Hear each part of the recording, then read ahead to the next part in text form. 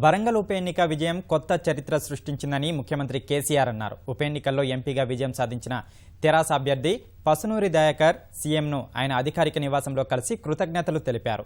ఆయనతో పాటు ఎన్నికల ప్రచారంలో పాల్గొన్న మంత్రులు, వరంగల్ జిల్లా ముఖ్య నేతలు, నియోజకవర్గ ఇన్ఛార్జీలు సీఎంని కలిశారు.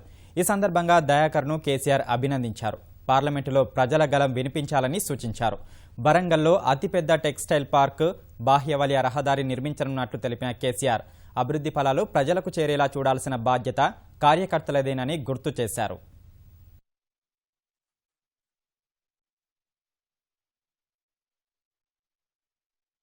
వినయంగా ఎంత శాంతంగా ఎంత గొప్ప ఉంటామో ఇప్పుడు మనకు టెస్ట్ లాంటి సమయం ఇది.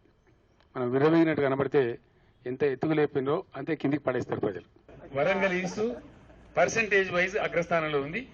ఓట్ల సంఖ్య రీత్యా పరకాల అగ్రస్థానంలో ఉంది. ఇది జరిగినటువంటి ఫ్యాక్ట్.